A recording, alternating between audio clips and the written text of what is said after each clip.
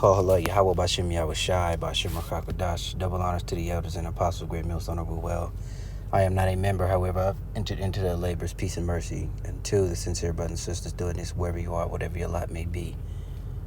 Back at you with another quick one, since we're nearing the the time of holiday cheer.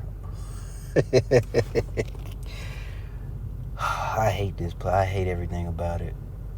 And the deeper I get into this truth, the more the years go by, which it's only been maybe 3 for me, if that.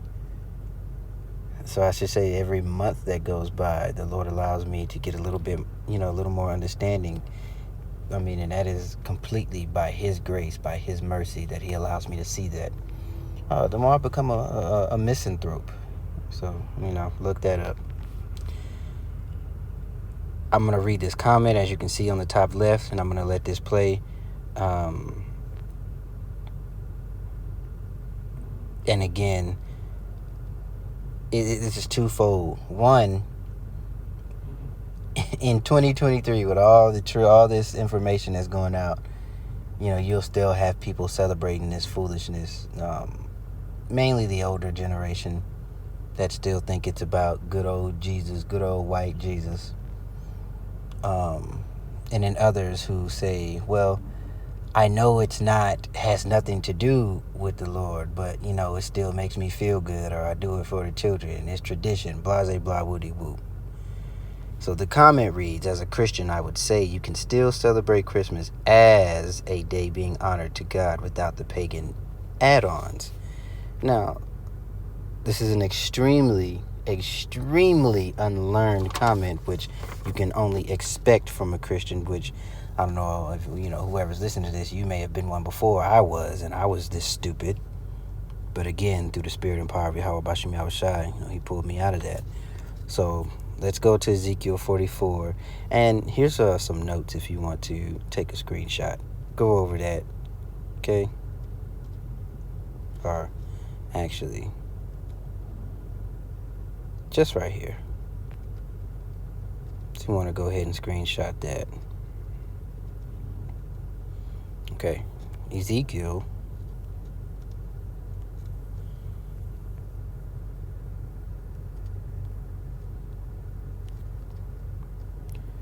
44. I should have did 26 or 22 because I was closer. We'll do 44 and 23 straight to the point. And they shall teach my people the difference between the holy and the profane, and cause men to discern between unclean and the clean. All right, and that's what we're supposed to do as Israelites, so-called Negro, Latino, Native American. You cannot mix the two. And the profane, right, or the root word of profanity is not words like, harsh language of the day, shit, damn, hell, F word. Profane means to be outside the temple, things that should not be. All right, when you had the tabernacle, the physical tabernacle, you had the holy and the holy of holies, and there were certain things that did not belong in there. If you were, if you had just laid with a woman, you had to, be clean before you can go into the temple. There was certain bread, there was showbread for the temple, and then there was bread for everyone else. So anything outside of the temple, or something that could not enter in, would be profane, right? Would be unclean.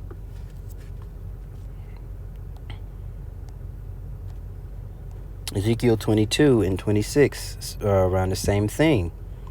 And you have certain Israelites or certain people that telling you to go against what is written. So there's 26. Her priests have violated my law and have profaned mine holy things. They have put no difference between the holy and the profane, neither have they shown difference between unclean and clean, and have hid her eyes from my Sabbaths, and I am profaned among them.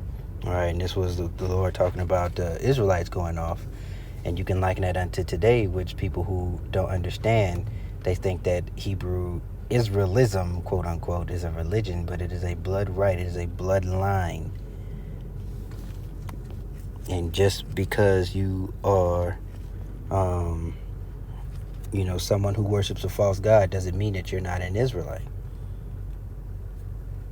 Now, let's let that play. And, we'll go, you can do with this information what you will. You can go down the rabbit hole on your own.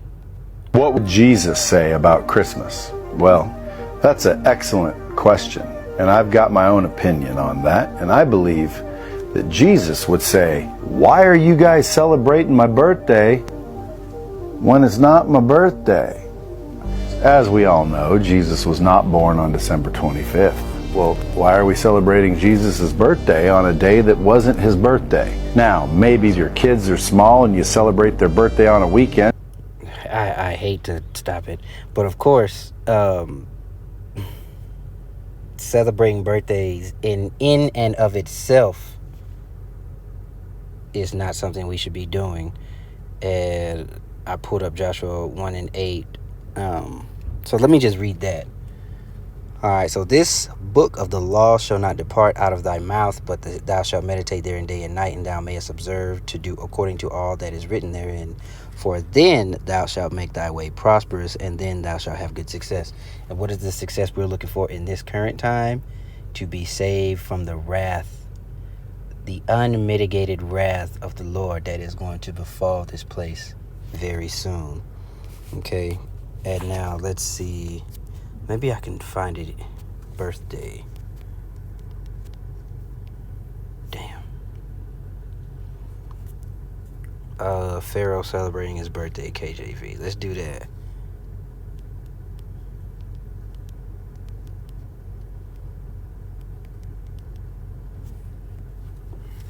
Genesis 40:20. Okay.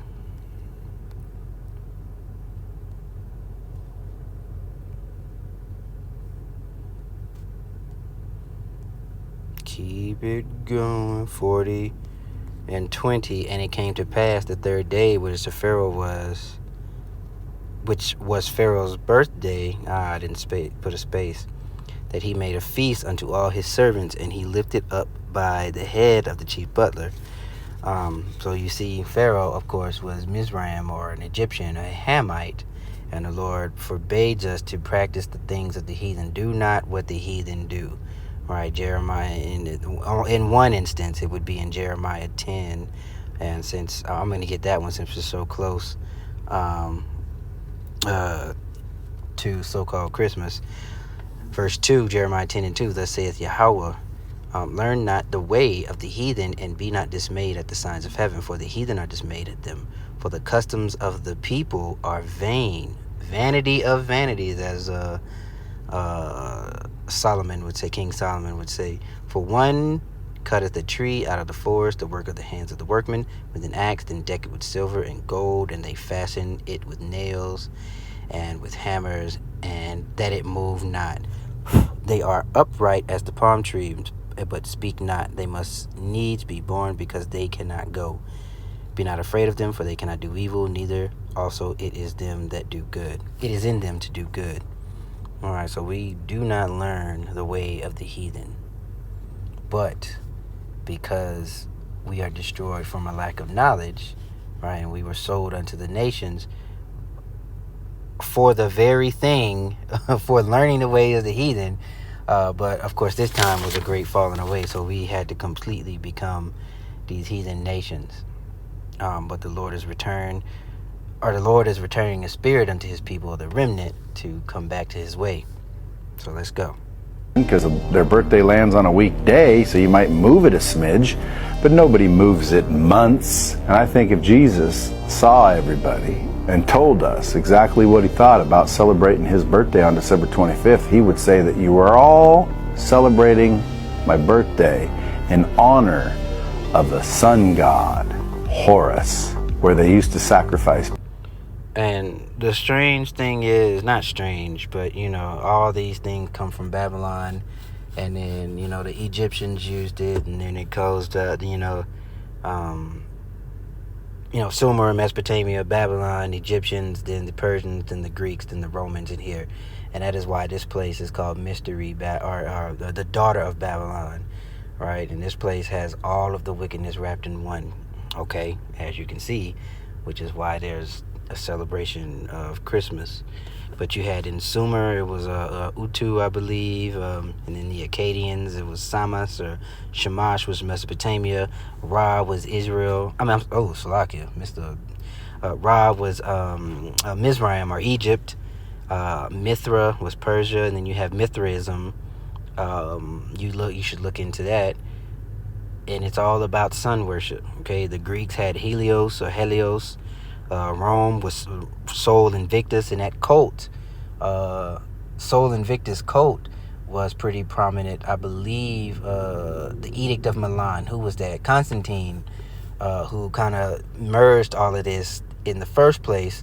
That cult, the Sol Invictus cult, was prominent even then. I think that's it. That's pretty much most of the empires.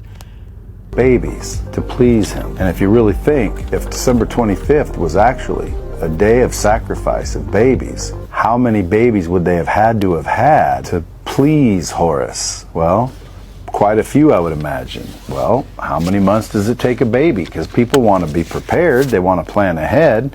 So that brings us back 9 months prior to Christmas, where Easter. We celebrate Easter for what? The resurrection. Coincidentally, Easter, which is also another, or Ishtar, okay, Nana, and that's another one that passed through the ages, right? And you see, these gods are here in Babylon, or the daughter of Babylon, and the children are a prey here, which is why the PEDO thing is so rampant, because that was a huge thing in Greek and Rome, and Greco-Roman culture. There's an agenda with the music and everything that they put on TV to get the children. Children are a prey. There's not always a physical, unaliving of children, but, you take that child's innocence. Right here, it's happening just as it did before.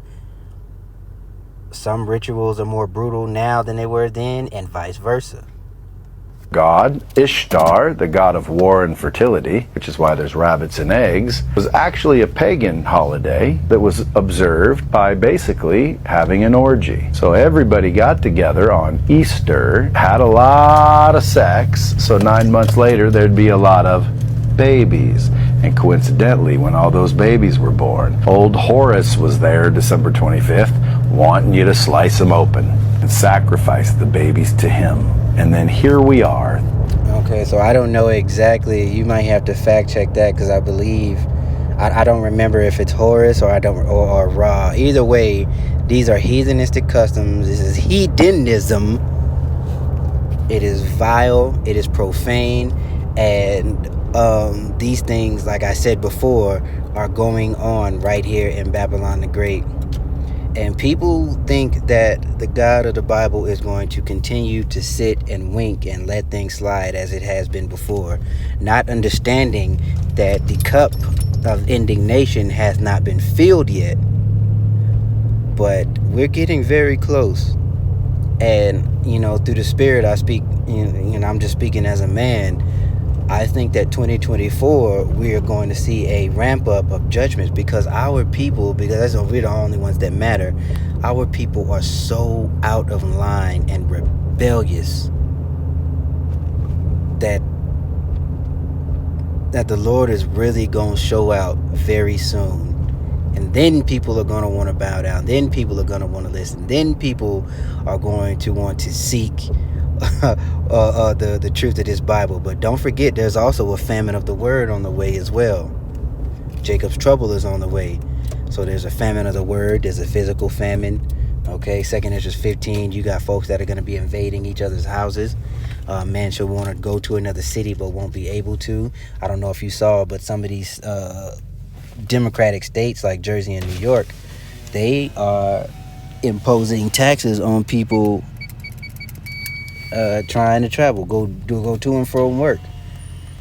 30 cents, I think it was like 30 cents for each highway or something like that. But basically a toll road on steroids. So that could be one way that folks, they're just setting it up so people can just say to hell with it, and they bow down to the MARK. But my prayer is that, anybody that hears this, anybody that's sincerely listening and learning, preaching and teaching, that you are repenting, that you are praying, that you are trying your best to line your life up in a way that would please Yahweh Bashim Yahushai. All right, let the rebel, he that is wicked, let him be wicked still. And he that is holy, let him be holy still. And we're going to see the wicked being punished very soon. And it is going to be terrifying. So with that being said, Shalom.